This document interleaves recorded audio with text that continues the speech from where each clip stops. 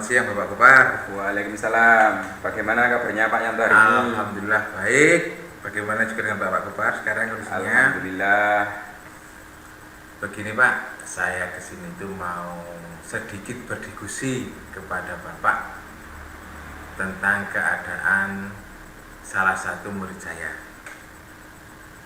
Terima kasih Pak Yanto. Saya sudah diberikan kesempatan untuk mendiskusikan masalah dari murid Pak Yanto, karena Pak Yanto ini selaku wali kelas 6, jadi memang perlu adanya diskusi terhadap masalah-masalah yang dihadapi siswa kelas 6. Terus ini saya buat video Pak Yanto. Jadi video ini untuk keperluan program calon guru penggerak, yang nantinya video ini akan saya upload, dan kami izin dulu kepada Pak Yanto. Jadi video ini sifatnya nanti untuk pembelajaran. Ya, Pak. Bisa diizinkan Pak Yanto ya? Boleh Pak. Jadi untuk ya pembelajaran bagaimana untuk kita semua depannya supaya lebih baik gitu Pak ya. Terima kasih.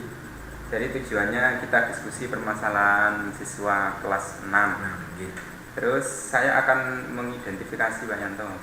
Yang pertama itu apa permasalahan dari siswa kelas 6? Begini Pak, salah satu siswa saya ini sering tidak absen. Karena begini Pak, saat ini kan kondisi pembelajaran secara daring dan secara luring. Nah, saat secara luring beliau masuk, tapi saat secara daring kadang-kadang itu tidak absen, tidak ada kabar, juga tidak ada pemberitahuan, sehingga tugasnya pun juga tidak dilaksanakan. Sehingga kami sebagai gurunya itu tidak bisa maksimal memberikan pembelajaran kepada anak tersebut. Nah, ini saya ingin tanya ke Pak Gopar, gimana sih caranya kita bisa berdiskusi di sini gitu Pak? Ya, jadi permasalahannya ini ada 2 poin ya Pak Yanto. Ya. Yang pertama, ketika pembelajaran itu pembelajaran daring, anak tersebut itu tidak pernah absen. Iya, Terus yang kedua, karena tidak absen, kan kadang anak-anak itu absen saja terus tidak mengumpulkan tugas. Tapi kalau ini sudah tidak absen juga tidak mengumpulkan betul tugas. Seperti itu. Nah, ini 2 poin identifikasi masalah. Kemudian yang saya tanyakan lagi, setelah adanya permasalahan tersebut, apa yang sudah Pak Yanto lakukan selaku wali kelas 6 Pak Yanto? Begini Pak, kemarin kami itu beberapa kali ke sana, ke rumahnya. Jadi yang kami lakukan adalah datang ke rumah siswa tersebut. Dari kunjungan ke sana, itu rumahnya kosong Pak. Itu yang pertama. Yang dalam artian orang tuanya nggak ada, anak nggak ada. Kita tanya ke tetangga sekitar bahwa sering orang tuanya itu nggak ada atau kerja atau gimana, sehingga anak itu di rumah buliknya. Jadi waktu kita kunjungan itu juga kosong, sehingga kita kesulitan untuk berkomunikasi dengan anak tersebut. Nah, berarti ini rumahnya ketika Pak Yanto home visit atau datang langsung ke rumahnya itu, rumahnya kosong. Ya, 2 kali Pak kesana kosong terus. Iya. Itu setelah mengetahui itu, berarti Pak Yanto ini pulang lagi ke sekolah, berarti kembali lagi ke sekolah. Iya. Karena tentunya juga ada kegiatan di sekolah juga. Ya, kemudian setelah itu sudah dikomunikasikan dengan ibu kepala sekolah apa belum ini Pak Yanto? Permasalahan Pak Yanto terhadap murid kelas 6 ini? Sementara ini masih belum Pak. Makanya sebelum kita ke ibu kepala sekolah, saya ke rekan sejawat dulu. Kita konsultasi ke teman-teman dulu. Jika sudah bisa kita handle, nanti ya kita hanya pemberitahuan ke ibu kepala sekolah. Jika nggak bisa kita handle, mungkin kita akan lapor ke ibu kepala sekolah juga, minta saran beliau Tapi sementara ini sebelum kepada beliau kita ke teman, makanya saya ke Pak Gopar dulu, istilahnya berdiskusi tentang masalah ini. Gitu Pak. Betul. Karena juga kita menyadari kepala sekolah kita kan 2 SD. Memang betul langkah Pak Yanto. Jadi sebelum permasalahan itu disampaikan kepada ibu kepala sekolah, andaikan kita bisa menghandle atau menyelesaikannya, kita selesaikan antar guru. Ya. Kemudian selain itu, selain sudah disampaikan kepada saya, apakah sudah pernah disampaikan kepada guru-guru yang bersangkutan, termasuk di kelas 6 itu kan ada guru agama, guru PJOK, kemudian guru kelas Pak Yanto sendiri, yang mereka itu kan juga ikut mengajar anak tersebut. Itu sudah disampaikan apa belum Pak Yanto kepada guru-guru yang lain yang mengajar di kelas 6 itu Pak Yanto? Sementara ini masih belum Pak. Belum. Karena kan di grup juga kita sudah tahu perkembangan anak absen atau tidaknya. Nah, ini guru pertama itu adalah Pak Gopar. Karena mungkin faktor kita, kedekatan kita juga sering akrab, sehingga Pak Gopar dulu yang saya mintai diskusi sebelum ke guru-guru yang lain, gitu Pak. Iya Pak Yanto. Karena ini juga siswa kelas 6 ngoten nggih. Jadi andaikan ada masalah kecil itu harus segera kita atasi. Soalnya juga materi yang disampaikan harus selesai sebelum kegiatan ujian dilaksanakan. Mungkin itu yang perlu saya identifikasi Pak Yanto, masalah-masalah yang dihadapi Pak Yanto. Kemudian ini kebetulan kan Sabtu Pak Yanto. Ya, betul. Dan minggu depan itu hari Senin itu anak-anak masuk luring kelas 456 ya, kelas 456.